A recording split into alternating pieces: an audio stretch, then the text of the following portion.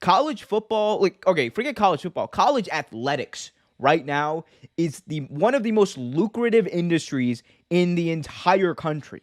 You look at, especially college football, it produces billions upon billions of dollars a year. March Madness also produces hundreds of millions of dollars of revenue a year for colleges, and these athletes they get jerseys of like their numbers sold. They get like bobbleheads and stuff like that sold. It's ludicrous. It has been ludicrous for as long as it's been this lucrative. For as long as billions of dollars have been pumped in and out of these colleges, it's been ludicrous that these players have not been compensated in any way. It's been ludicrous that they've not even been allowed. Like Johnny Manziel got in trouble for signing a jersey. He got in trouble for signing a jersey for a few $100.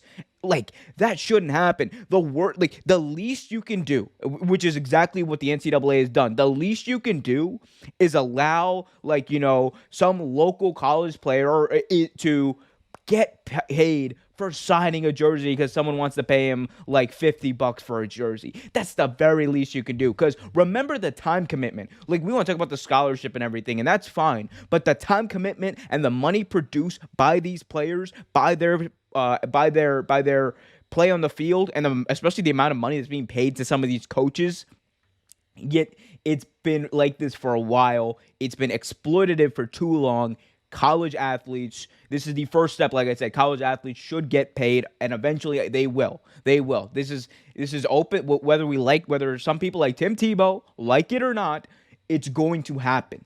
Like, and is there a perfect way to do it? I think there's always going to be a way to do it where people are going to be complaining about, these players shouldn't get paid this much. People are always going to complain. I think the best way to do it, when they're going to do it, is maybe have a base salary for some of these athletes, right? Depending on the divisions they play and the revenue those divisions bring in, and then have it broke down by like a contract, like an NFL contract or any like sports or athletic contract, right?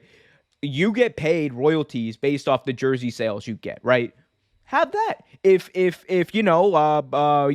like Justin Fields, or he's not in the league. If Rattler, like, he sells like 1,000 jerseys or whatever in a certain time period, he should get compensated for that, like a percentage based on whatever they want to decide, whatever the NCAA and the players come decide. That's also another thing I think should happen if we get to that point. NCAA players should unionize, because at that point you're getting paid. At that point, you're probably going to the NCAA is going to try to exploit you in any way they want to, any way they can.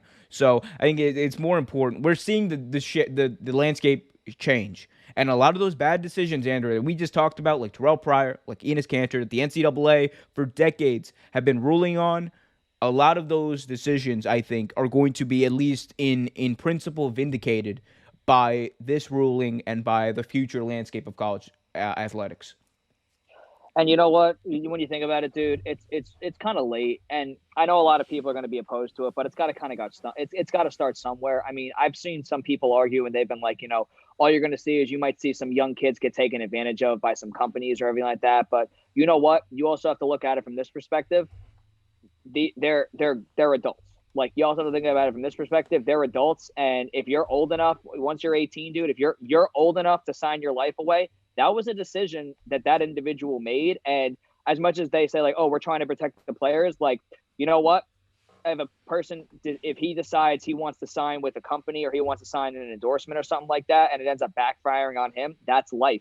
Like, if a player decides he wants to sign his life away for a few bucks, that's on him. Just because I wouldn't do it, just because you wouldn't do it, doesn't mean that, you can't coddle them. They're adults, and you kind of gotta, let that stuff happen. And one thing you just pointed out, I always hated that idea of the NCAA saying, "Oh, we're protecting these players. Oh, we're protecting them from themselves, or we're protecting them." If they were protecting them, dude, they would have allowed college players to at least have free meals on campus before 2013. Yeah. Like 2013? Are you kidding me? Before when who was it? Shabazz Napier. Shabazz Napier was the guy. He literally came out and said, "Dude, there are days where I go hungry because I can't eat, because I can't work, because I'm at practice all day. I'm dead tired. I can't do anything. I have to be ready for class the next day." Study hall, mandatory study hall, and all this stuff. He goes, there are nights where I literally go to sleep hungry because I either don't have time to eat, or when I do have time to eat, I can't afford it. Yeah, so it's like the least they could have done at that point was feed these athletes. So I don't want to hear anything from the NCAA. Oh, we're protecting the players, because they're not. And also, Andrew, you and I don't have to, like, we don't have to kid ourselves. The NCAA doesn't regulate this the same for a lot of these schools. If Alabama, mind you, was having like boosters or whatever, pay people, if any of that stuff was going, which is, look, nothing been proven, but it happens everywhere. It happens everywhere. Charles Like, Barkley hasn't been in college. Charles Barkley hasn't been in college in over 30 oh years, yeah, and bring him back to Auburn. Charles Barkley even admitted, he goes, dude, I got paid when I was in college, and that was 30 years ago. He goes, you think these kids? He goes, a lot of these kids are getting paid. He goes, they just keep their mouth hush hush. Yeah, and hey, more power to them. I'm glad they don't have to be hush hush about it anymore. That's a big development. Thanks for watching this video from Real Take Sports Talk. Remember to like, share, subscribe, hit that notification bell so you get notified whenever a new video is released. Also, remember to check out our live show every single Thursday at 8 p.m. right here on the YouTube channel. And remember, keep it real.